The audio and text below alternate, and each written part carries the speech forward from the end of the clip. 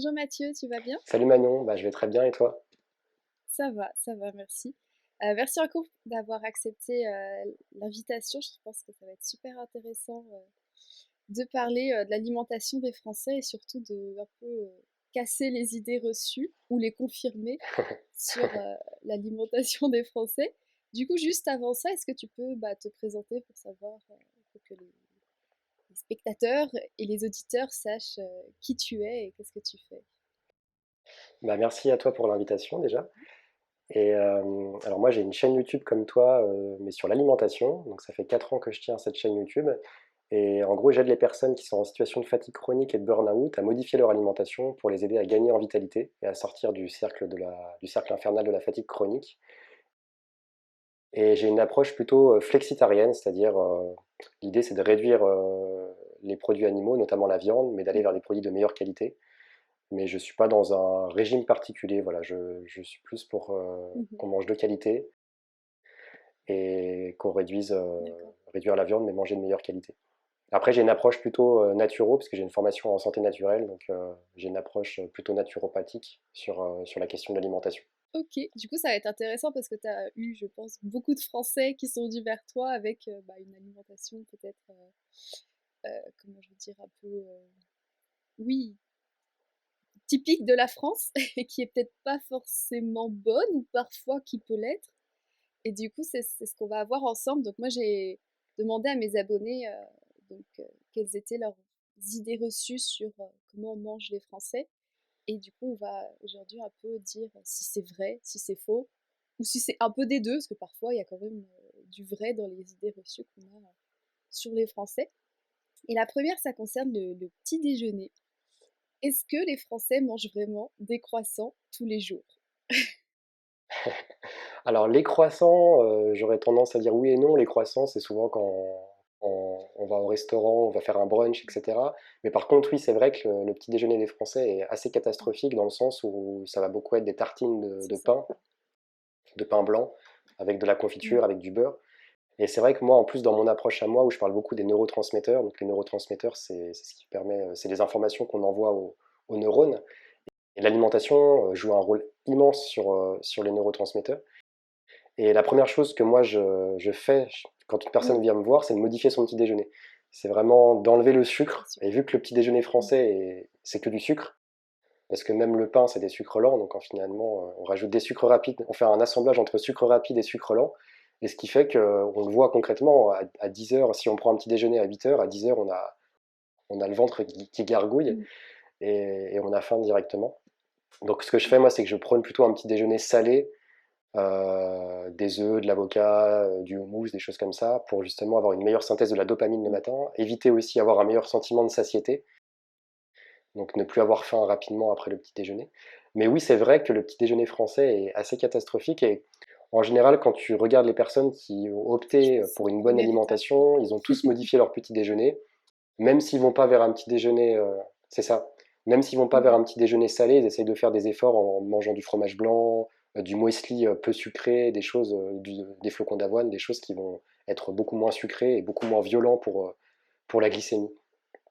Ouais. Et du coup, oui, c'est vrai que alors, c'est vrai qu'on mange pas des croissants tous les jours. Je pense que les croissants, c'est assez, je vais dire exceptionnel, occasionnel, dans le sens où tu as la famille avec toi, tu achètes un peu de croissants, voilà, c'est le petit plaisir du week-end, mais c'est vrai que je ne pense pas que tous les jours, peut-être qu'il y en a, mais je pense pas qu'on mange tous les jours des croissants, mais c'est vrai qu'on retrouve Oui, souvent, ouais, tartines, du pain, la baguette, du beurre, de la confiture, du Nutella, et aussi beaucoup de café, je oui. pense aussi.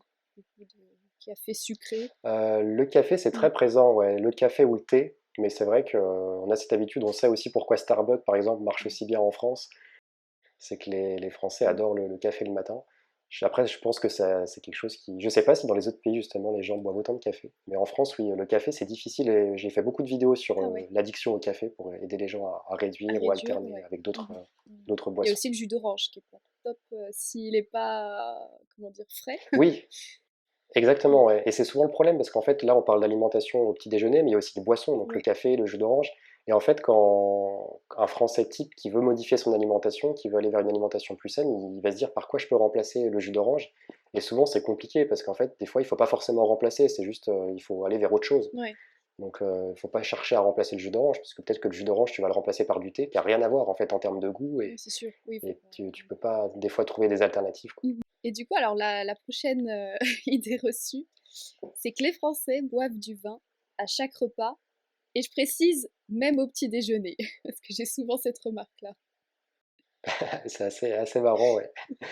Après, c'est vrai qu'on est le pays du vin. En plus, moi, j'habite dans la région lyonnaise, donc il y a le Beaujolais, il y a le Ah Mâconnais, oui, il y a bon, après, même les gens qui habitent dans le sud-est, vers Bordeaux, hein, en bon, fait, il un y en peu a partout, de partout, toute je façon, en crois. France, il y en a Moi, je suis en partout, ouais, c'est ça. Champagne, il y a du champagne. Voilà, bah, ça, c'est le champagne, même au petit-déj, j'imagine.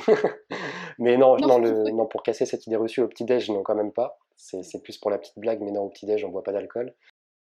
Après, l'alcool est assez présent en France, où je pense qu'il y a une consommation chronique, donc régulière, qui est assez présente, même chez les jeunes, et même chez les moins jeunes, où je pense qu'on peut vite être pris dans... C'est assez culturel, l'alcool, notamment le vin. Le vin et la bière sont des boissons assez culturelles. Et suivant, je dirais, le cercle social qu'on a, on peut vite être pris dans une consommation chronique sans même s'en apercevoir.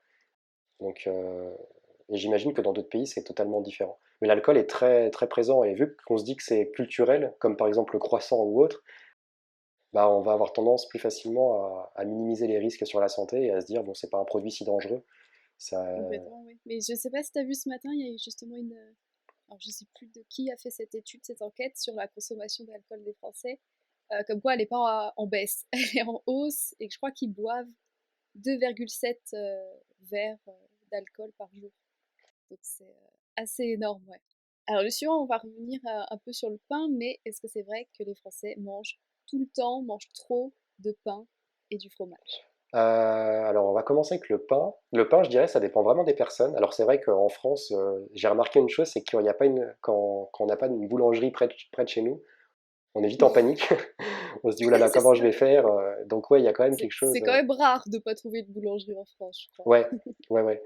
Mais tu sais, des fois, dans les petits villages où il n'y a que le petit PMU et le petit café et tout, et je sais que ça peut être une angoisse pour certains. Mais après, je dirais, alors moi, je suis pas très objectif parce que j'ai vraiment des gens qui mangent moins de gluten, qui vont vers une alimentation plus santé, donc qui réduisent beaucoup le Ouais. pain. Mais par contre, si je prends les gens de mon entourage qui sont pas dans cette démarche-là, oui, le pain est toujours présent à chaque repas. Enfin, on sait que Mmh. si on a oublié le pain, et même je vois même au restaurant, tout ça, Ah c'est la oui, première oui, chose oui, qu'on mais demande. On on demande demande même l'eau pas, et le c'est pain. déjà sur la table souvent. Ouais. Oui, c'est ça. C'est une règle élémentaire quand tu vas au restaurant, c'est qu'on t'apporte l'eau et le pain directement. Donc le pain, oui, c'est assez présent, et justement, c'est aussi une problématique sur le côté santé parce que ça contient du gluten. Donc le gluten, c'est pas le top sur la santé digestive. Et pour les gens qui ont beaucoup d'allergies aussi, hein, ça peut causer des allergies, des allergies diverses. Et C'était sur le la deuxième question, fromage, c'était ouais. le fromage. Ah oui, le fromage, bah moi, ça me parle beaucoup parce que j'ai beaucoup de personnes qui viennent me voir et qui veulent justement réduire les produits animaux. Donc souvent des personnes qui veulent passer un régime Mmh. végétarien ou vegan. Et ils me disent, le seul truc qu'ils arrivent vraiment pas à arrêter, c'est pas la viande, parce que la viande, souvent les gens Ouais. arrivent à arrêter, mais c'est le fromage. Et en fait, scientifiquement, c'est prouvé, c'est que quand on mange du fromage, alors ça dépend de certains types de fromage, mais ça va activer les récepteurs à opioïdes, donc c'est-à-dire les récepteurs à morphine, et c'est ce qui crée une énorme addiction. Alors peut-être pas de manière si intense que lorsqu'on va prendre de l'héroïne ou des drogues très dures, ou même de la morphine, mais ça a un petit impact quand même sur ces récepteurs-là, donc c'est pour ça que c'est très addictif. Et vous d'ailleurs, on peut faire le test, hein. Moi, j'ai réduit le fromage de manière assez drastique parce que si Ouais, j'en mange pendant un jour, je vais en avoir envie pendant une semaine. Et j'ai remarqué qu'au bout d'une semaine, cette envie, elle passe, ce qui n'est pas le cas avec d'autres produits. Comme le pain, je pense que le pain est moins addictif que le fromage. non, c'est sûr, ouais. Alors la l'idée reçue suivante, c'est que la nourriture que mangent les Français est toujours de haute qualité. On mange toujours que des bons produits bio, des produits locaux, etc. Alors je dirais que oui et non, encore une fois. Ouais, Euh, je pense, ouais. pour commencer par un point positif, je pense qu'en France, on a beaucoup de contrôle sur les aliments quand même. Pour parler à des gens qui ont vécu aux États-Unis, par exemple, ou même dans d'autres pays Mmh. européens, on se rend compte qu'il y a quand même une grosse qualité des aliments, même sur des aliments qui sont jugés comme de l'agriculture intensive, hein, sur des champs qui vont quand même être traités, etc. On se rend compte que par rapport à d'autres pays, Et même sur plein de produits comme ça, on a beaucoup plus de labels. On a le label rouge, par exemple, sur les produits animaux. On a des labels bio. Et puis même, il y a un contrôle qui est beaucoup plus... C'est la FNSEA, donc la Fédération nationale des agriculteurs, qui s'occupe de ça. Et sur le lait aussi, par exemple, enfin tous les produits, on va dire non, les produits bruts de première ou deuxième catégorie, il y a des contrôles qui sont quand même beaucoup plus importants que dans d'autres pays. Donc on peut être, même si on achète ces produits en grande surface, de manière générale, on est toujours sûr. Après, ça tout dépend des choix qu'on fait aussi. J'ai envie de dire, si on va faire l'effort d'aller, de sortir un petit peu des villes, d'aller sur des producteurs, sur des marchés de producteurs locaux, là on aura des produits d'excellente qualité. Vraiment, on a la chance de très rapidement d'avoir des produits d'excellente qualité qui viennent directement de la ferme. Alors la suivante, bon, c'est assez, assez cliché, mais quand même, que les Français mangent des choses un peu bizarres comme les escargots, les grenouilles, les tripes, la viande de cheval. Ouais, c'est assez vrai, c'est assez vrai. Après, je pense que c'est culturel, parce que nous, en France, on peut avoir l'image, par exemple, Aussi. des Chinois qui vont manger des trucs bizarres aussi. Et au final, quand on compare, on se dit, bon, Oui. on mange aussi des trucs bizarres, hein. Comme tu disais, les escargots, les cuisses de grenouille, les tripes. Les Français sont très friands des tripes. Bon, moi, je sais que je déteste ça, comme pas mal de Mm. personnes. Mais je sais que ça se fait encore beaucoup. Après, comme tu disais, la viande de cheval, il y a beaucoup moins de chevalines, de Mm. boucheries qui vendent de la viande de cheval aussi. Il y en a de moins en moins, ouais, c'est Et sûr. je pense que ça vient un peu de l'éthique aussi. Les gens s'intéressent beaucoup plus à la souffrance animale. Et je pense que Ça joue. ça a moins Mm. d'impact aujourd'hui. Mais Ouais, ouais, moi je ouais. pense que c'est une idée reçue. Et je pense qu'on est fiers aussi de ça, de manger des trucs bizarres. Puis chaque région a ses spécialités. Oui, c'est vrai, oui, oui, oui. Il y a l'andouillette aussi, par exemple. Moi, ma Ouais, région, c'est ça, mais c'est spécial. J'en ai jamais mangé parce que l'odeur est, est dure et dégoûtante, mais oui, après, c'est vrai que c'est pas quelque chose qu'on mange tous les jours. Par exemple, les escargots, c'est plutôt quelque chose à Noël, pendant les fêtes de fin d'année qu'on va manger. Même les grenouilles, je crois que c'est assez rare ouais, quand même de manger. ouais. J'aurais tendance à dire que les choses justement bizarres sont des produits Ouais, plutôt rares en général. Donc c'est des choses qu'on va manger dans des repas de fête. Donc c'est quelque chose qui c'est... Oui, on mange des choses bizarres, mais pas souvent, quoi. c'est ça. Alors la suivante, c'est qu'il y a du beurre et de la crème fraîche partout dans la nourriture des Français. Ouais, ça c'est vrai. C'est vrai, ouais, moi bah, pareil, dans mon approche alimentaire, je prône la réduction des produits laitiers notamment.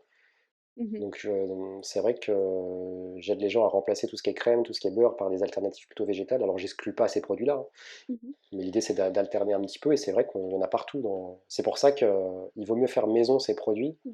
parce que sinon on retrouve dans les pâtes à tarte, ou dans bon nombre de produits, on retrouve un peu dans les plats à base de viande, comme tu disais, les sauces sont souvent faites avec Ah, de la crème, mm. des choses comme ça.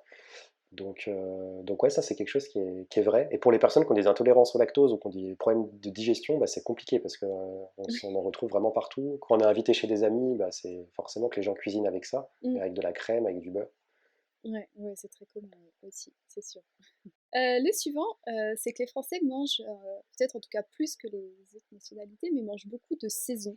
Ok, de saison, tu veux dire qu'on respecte les saisonnalités dans nos recettes. C'est ça, ouais, donc on va manger des produits plutôt qu'on trouve en fonction des saisons. Je sais pas, par exemple, l'été, on va plutôt manger concombres, tomates, melons, pastèques.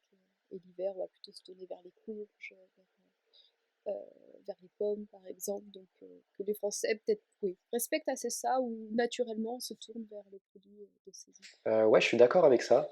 Je pense que ça vient du fait qu'on ait beaucoup de marchés aussi en France, ce qui nous amène en fait à savoir un peu, quand on arrive par exemple là, on est arrivé en début avril, on commence à avoir des fraises sur les marchés, on commence à avoir des courgettes, et en Mhm. fait on se rend compte que c'est là qu'on se rend compte que ça change, alors que quelqu'un qui va faire ses courses exclusivement en grande surface, il aura toute l'année les mêmes produits, Ouais. et il va être beaucoup plus déconnecté de cette réalité-là. Je pense que les réseaux sociaux aident beaucoup aussi parce que bon, après, on peut s'inspirer de recettes de plein de pays différents, mais si on regarde des recettes françaises, on se rend compte que bah là, on va vers des tartes, des salades, des choses comme Ouais. ça. En fait, oui, il y a une saisonnalité qui est respectée. Mais je pense que ça vient vraiment Ouais. des marchés, le fait qu'on ait beaucoup de marchés en France et que les Français aiment beaucoup ça. Et puis je sais que les Français aiment ça, hein, même quand tu pars en vacances, tout ça, tu vas toujours regarder, Ah ouais. c'est toujours au centre du village en général, tu regardes où il y a les marchés, et c'est là l'activité du samedi matin ou du dimanche matin. Mais tout à fait. Puis même, enfin, je trouve, moi, j'aime bien aussi, tu vois, je trouve ça très Ça permet aussi de découvrir un peu la culture de la région ou du pays, mais si tu vas dans un marché, par exemple, dans le sud de la France, bah, tu vas retrouver les spécialités du sud de la France. Donc, c'est aussi top pour voir un peu. Parce que dans les supermarchés, bon, tu trouves toujours les mêmes choses, mais Mm. dans les marchés, tu peux retrouver des produits un peu plus atypiques de la région. Et du coup, la dernière question, c'est pas une idée reçue, mais c'est toi, quel est ton avis? Qu'est-ce que tu penses de l'alimentation des Français? Quels sont les bons points? Quelles sont les choses qu'ils font bien? Et quelles sont les choses plutôt à améliorer? Bah, moi, je pense qu'on a une bonne alimentation de manière globale, c'est-à-dire qu'on peut ne pas consommer trop de sucre. Alors on est pris, en fait, le gros problème de tous les pays, je pense, c'est qu'on est pris par les industriels, par les produits qu'on nous Mhm. propose. Donc si on va faire ses courses en supermarché et qu'on a l'habitude de tout le temps faire ses courses en supermarché, on peut très vite consommer des produits transformés, être attiré par plein de produits. Et moi, je le vois beaucoup chez les jeunes personnes, où c'est vrai que c'est des personnes qui ont toujours été habituées aux grandes surfaces et qui sont habituées à consommer des produits toujours transformés. Après, ça dépend des mentalités. Mais je pense qu'on a quand même de la chance. Après, en termes d'obésité, je vois que l'obésité quand même augmente d'année en année en France. Mais ça, je pense que c'est, comme je le disais, les produits industriels qui sont là. Sur les points à revoir, je pense que peut-être qu'on consomme beaucoup de pain et de glucides de manière générale. Donc tout ce qui est, comme tu disais, les viennoiseries, le pain, toutes ces choses-là qui vont augmenter l'indice glycémique, qui sont des aliments très peu rassasiants et qui finalement on est obligé d'en manger tout le temps beaucoup, beaucoup pour être rassasié et ça fait grossir forcément.